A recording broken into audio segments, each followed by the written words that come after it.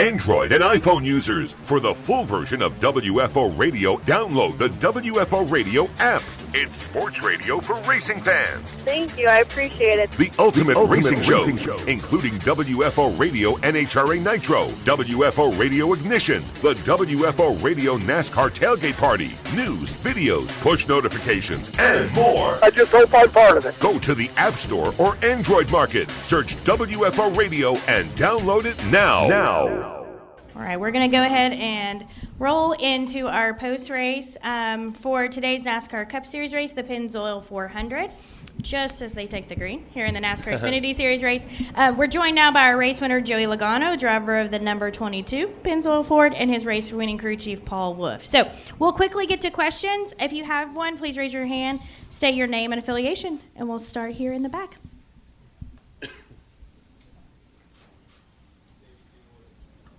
Davey Siegel with Front Stretch. Congratulations, guys. This could go for either of you, but was it ultimately a miscommunication on the radio that may have led to you winning this race? I don't think so. We talked about the scenario, whether it's at the end of a stage or end of the race. At some point, if it comes down to can we get clean air, and at what point are we comfortable staying out? Paul came over the radio and said, "Stick to the plan." I said, "Okay, I stick to the plan." That was it. So, ultimately it was a good call, obviously, and got us in position to have a good restart. I had a good push with Ricky behind me, and had a good block on the 24 once I got the push. And at that point, once you get that clean air, you're in good shape. If I didn't have a good restart and got swallowed up by the field, I'd been had the backup lights on pretty quick. But, the call and then the execution to go together is what we need to do. All right. Chase, go ahead. Chase Willem, NASCAR.com. This one's for Paul. On Friday, Joe was talking about how he's just letting you do your thing as being the new crew chief for him. So how much easier does that make your job knowing that he has the confidence to let you just do your thing right now?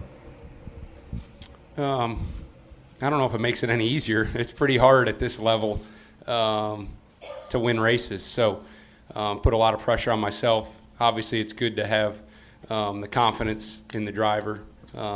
He believes in his team and what we can do.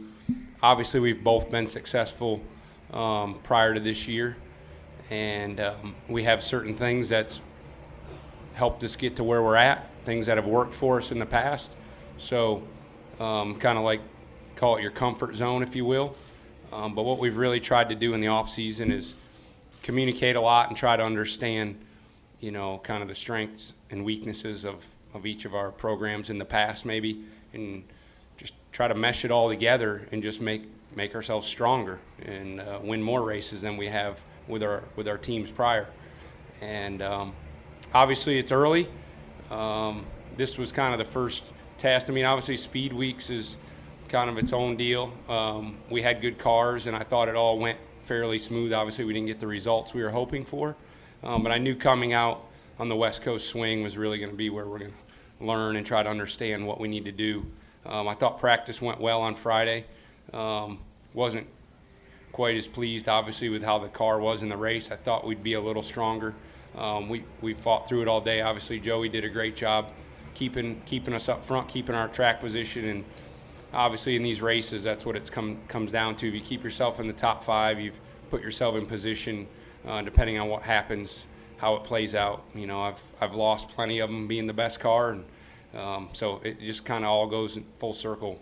And he drove a great race, and we kind of had a plan, like he said, coming into the race. Like him, I try to communicate with him thoughts and get his ideas, and then kind of have a plan. Sometimes you got to change and adapt, but he stuck to what we had talked about, and obviously it paid off. All right, Lee, up here up front. Thank you. Paul, what led to the decision to keep him on the racetrack? Because, clearly Blaney's in the lead, and you're either going to follow the leader or you're going to do your own thing and put yourself in position to win. It's really about the clean air. If you can get clean air, it's worth so much. The tires obviously were wearing some. Obviously, that's why we saw a lot of guys pit. Obviously, from the lead, seemed like it was the left side wear was more accelerated than what we've seen in the past, and I think that was making guys favor wanting tires.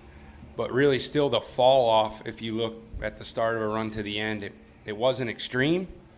And we, in practice, we were out there on older tires when they have a chance to cool down and seem to refire and have decent speed. So it's kind of what we had talked about. If you can get to the front row and get the clean air, then it's worth the gamble. Obviously, we had a lot of cars behind us. At that point, I felt pretty good. As long as he executed the restart, the guys on tires weren't going to catch you in 2 laps, just not enough time. And Joey, when did you realize the chaos was breaking out behind you? I mean, at what point did you, kind of know it was On the last restart? Yeah, when did you know it was like smooth sailing for you to the finish? I guess you never really know it's smooth sailing, but obviously as a race car driver and you're in the lead, you're in the mirror more and you're looking forward.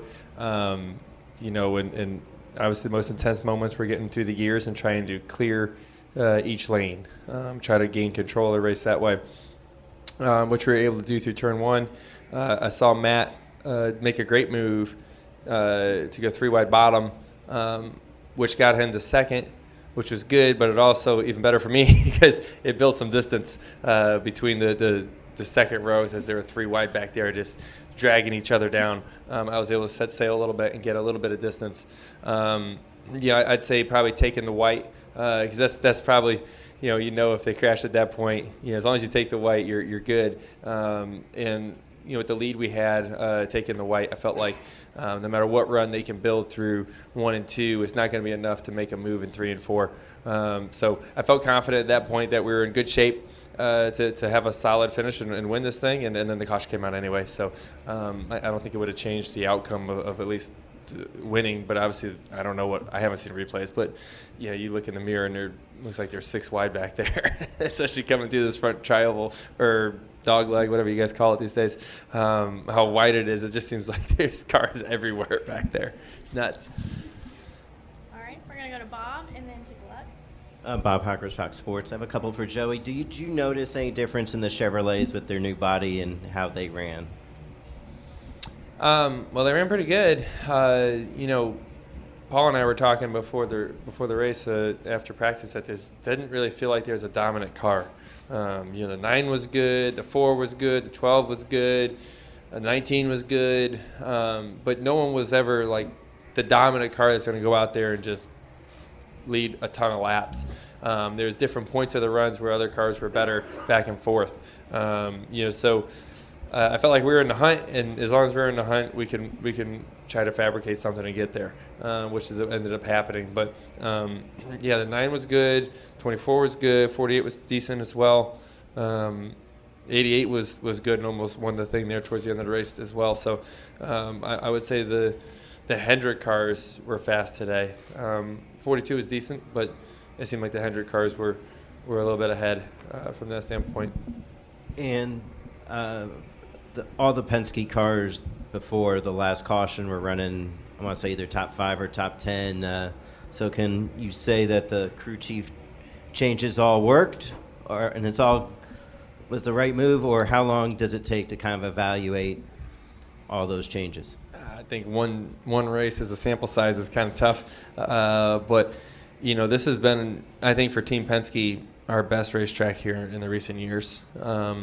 So not a surprise to see, all those cars up front. You think about it, Blaney's led a ton of laps here and has been close to winning here for quite some time.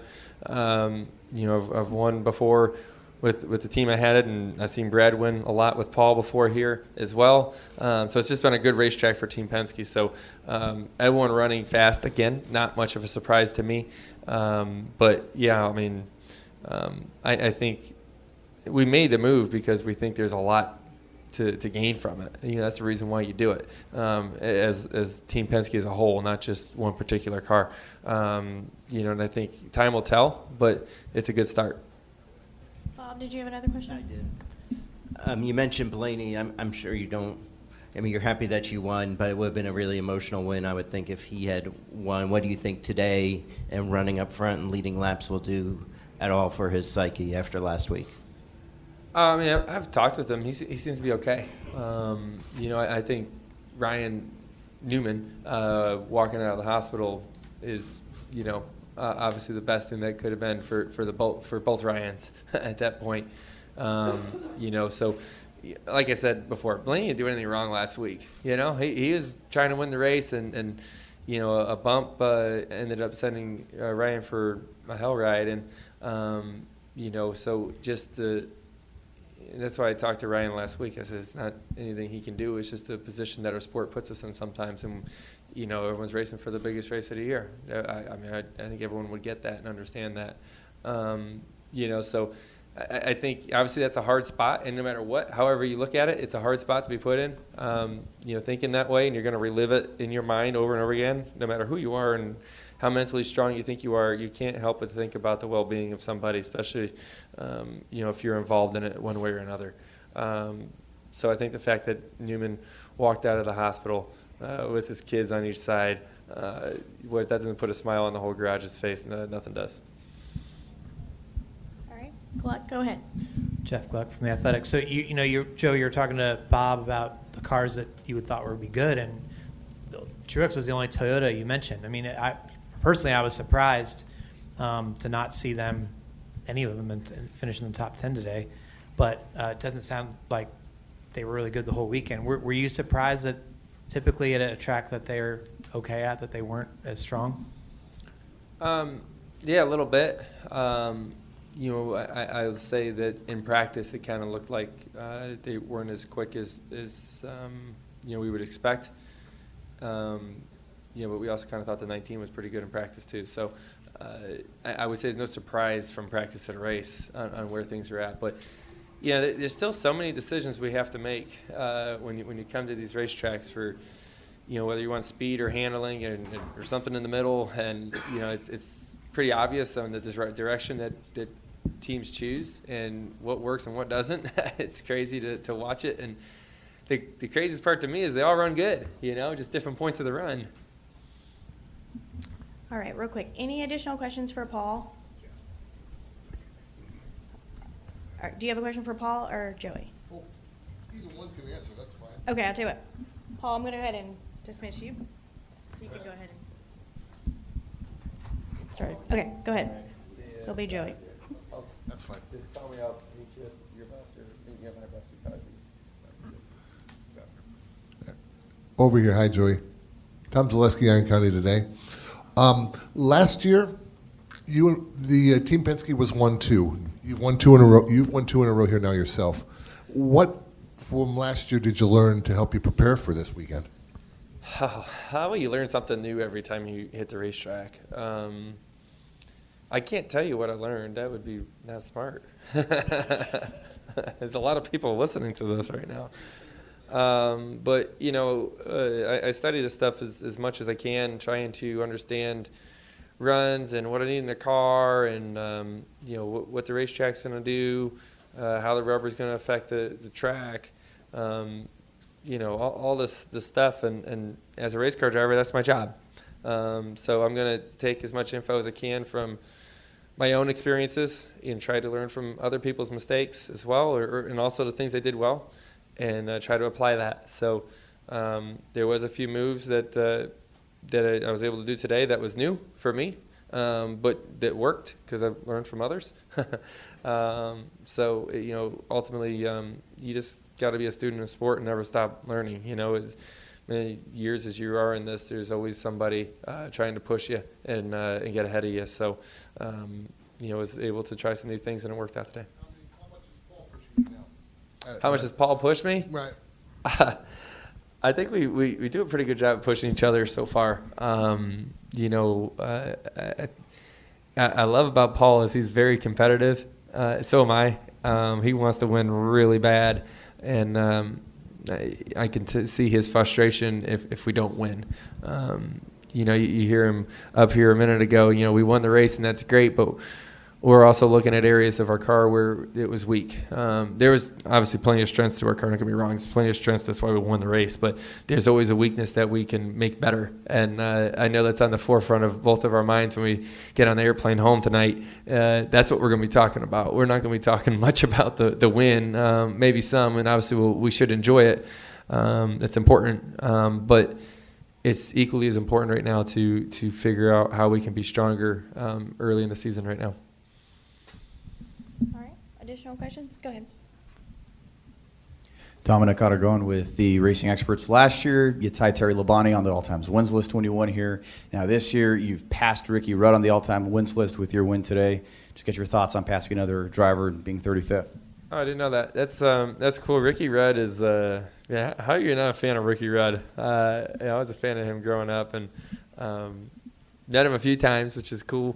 But he's a hard-nosed racer, is what he was, and really fun to watch. So, honored to say that I can be somewhere close to him. I've always looked at him as a great racer and a Hall of Famer in the future at some point, I'm sure. So, proud to say that able to grab some wins and honored to do that. To me, that stuff's still really cool to me because I'm a race fan at heart. And I remember as a kid watching those guys race, never thinking that, you'd get more wins than one of those guys someday, or even be able to compete, it's with some of them on the same racetrack. When you think of Jeff Gordon and, Jimmy Johnson and, Tony Stewart, those guys that raced for a long time that I got to race against. That was super cool, because I watched them as a kid. So as a fan, that's the neatest thing in the world. All right. Believe we had a question over here. Mark Anthony DeBello Production Company. Joey, congratulations. Long-term question. There's talk out there about a 10-year plan NASCAR of NASCAR November. Charlotte for the Hall of Fame, here because it's obviously the gambling capital, and congratulations, you were 5-1 to win this race. Okay. And the final race, a week championship series in Daytona, with the cool part being that the championship, the cup winner, gets to be the pole sitter for the race in February, Daytona 500. Your thoughts about that in the long term? That's all news to me. Whoa. Has anyone else heard this rumor before? Is that news to everybody? Whoa, I believe some of that might be a conspiracy theory. I'm not buying all that. There's some of that I don't know if I would be all in for. But, I think obviously when you think of next gen coming up, with the cars, obviously I can't think of what happens 10 years down the road from now, but, I think next year there's going to be a lot of change in our sport. Whether what happens to the schedule, I don't know. I'm going to race where they tell me to race because I love racing in this series and racing stock cars and racing against the best of the world.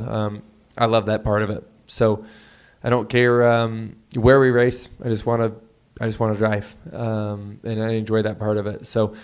Like I said, a lot of gains with this next gen car coming up next season. As someone that's driven it over the off season in Phoenix, was impressed with it. Obviously, a lot of work to do to it still, but I think overall it's going to be great for the sport, for all included.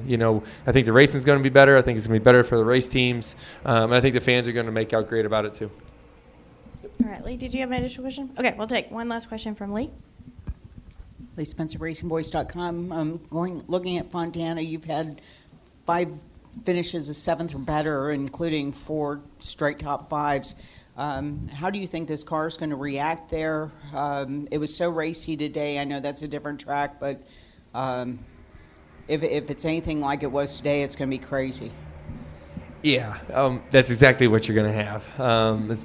Auto Club Speedway has been a great racetrack for me in the past. Yet to get a win. That's the part that stinks. There's a big goose egg in the win column over there. So got to try to get to the other side of that. But, Vegas, Fontana, Kansas, Chicago, the tracks that are wide are perfect for this 550 rules package. Really puts on good racing because when you get to the corner, there's room to get away from the car in front of you to get clean air. And then you have these long straightaways where the draft really can kick in, and you can carry the momentum and make moves into the corners. So, you're going to have some cars on the bottom. You're going to have later in the run cars right up next to the wall. Kyle Larson. So there'll be a few of those back and forth, and being able to move around will be key. But great racetrack. Got bumps, you got tire wear, you have huge straightaways, and you can move wherever you want. It's a great track. Yep. All right. Well, Joey, congratulations. Thanks for spending some time with us. We wish you the best of luck next weekend. All right. Thank you, guys. Safe travels. This is WFO Radio.